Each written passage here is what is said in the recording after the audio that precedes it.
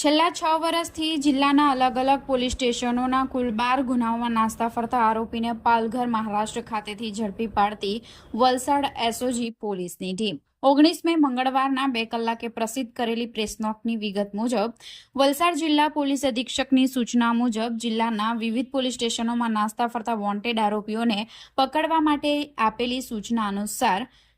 Valsad SOG પોલીસની team તેમજ તેમના માણસો જિલ્લા હદ વિસ્તારમાં પેટ્રોલિંગમાં હતા, જે દરમિયાન ખાનગી રાહે બાતમી મળી હતી કે વલસાડ જિલ્લાના અલગ અલગ પોલીસ સ્ટેશનોમાં કુલ 12 ગુનાઓમાં નાસ્તો ફરતો વોન્ટેડ આરોપી મહારાષ્ટ્રના પાલઘર વિસ્તારમાં હોવાની બાતમી મળી હતી, જેના આધારે